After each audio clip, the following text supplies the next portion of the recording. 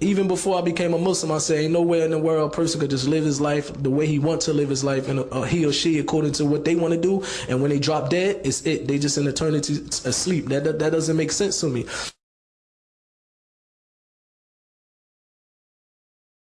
So I started trying to research, and I started praying to God, and I started, asking God, if you a God, if there's a God out there, just guide me to the truth. I just want to know what's the truth. So coming back after Pop passed away, a couple months later after that, Gaddafi, he's the brother, right before Pop passed away, as a matter of fact, my grandmother who raised me passed away like 3 months before him. Then Gaddafi, he's the guy who introduced me to Tupac. He got murdered by my cousin. It was an accident about 2 months after Tupac died.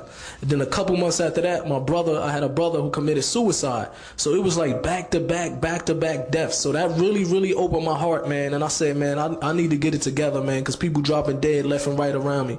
And it's funny because one day I was in a recording studio, and I was intoxicated. And I'm telling this to the kids. I'm breaking this down to the kids because I just want to be straight up with y'all. I'm not saying it's like this is the thing to do, that go ahead and get intoxicated. Maybe one day you'll be able to get, when you 13, 14, 18, 19, 20, you can stop drinking and go to Hajj. Because sometimes a lot of us that come from Muslim families, this is what we think.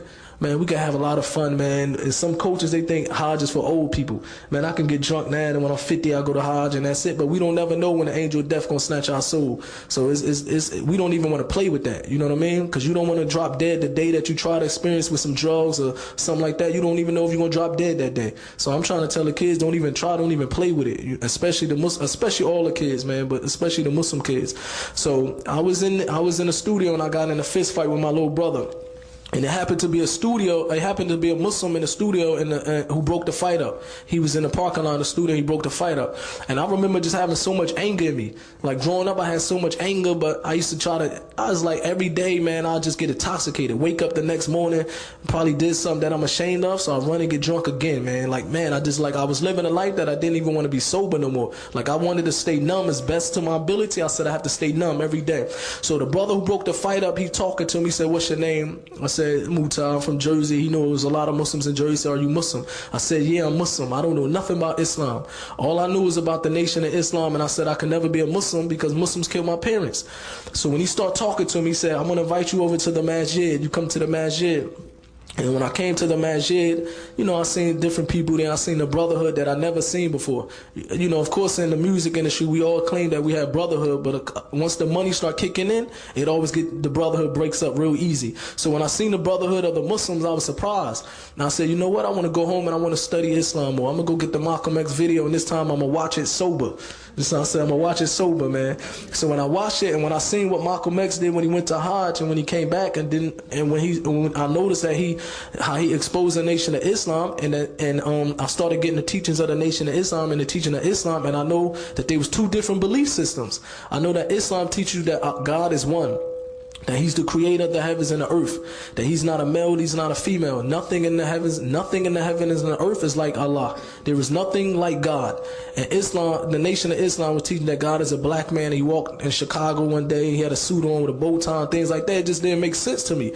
So I started saying, you know what, I really want to get deep into this. I cannot go say the heck with a whole religion because of what some people did. So the more I started learning about Islam, and the more I started noticing that it was two different religions, that Islam was the truth. Islam, it doesn't preach racism. It doesn't preach worshiping a man. It's telling you to pray to God alone who created the heavens and the earth.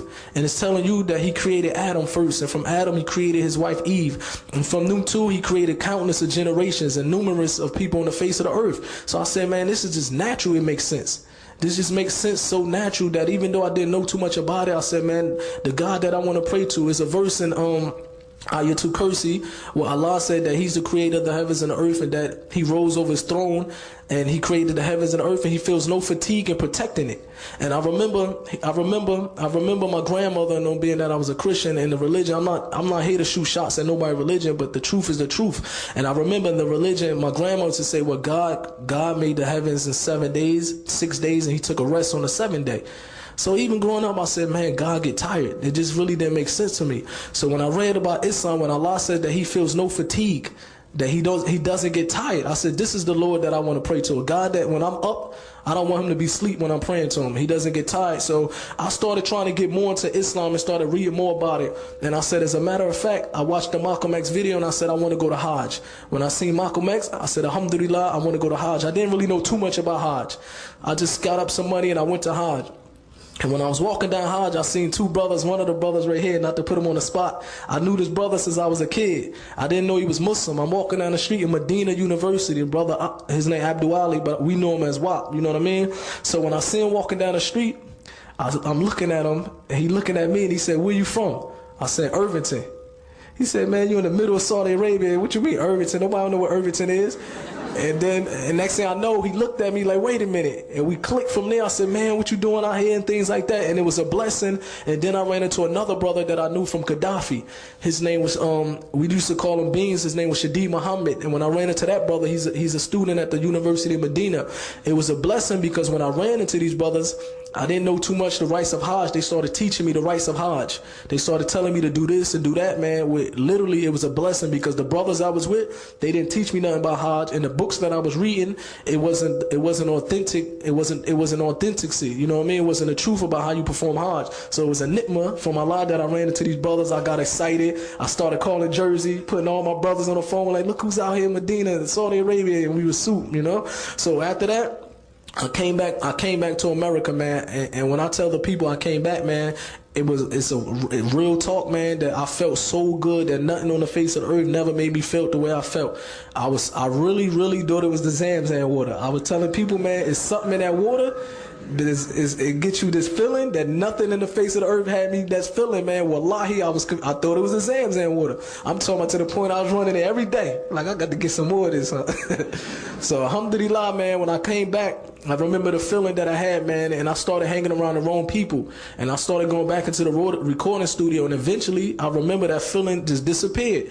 And I started saying, man, wait a minute, I used to feel so good, man, and all of a sudden that feeling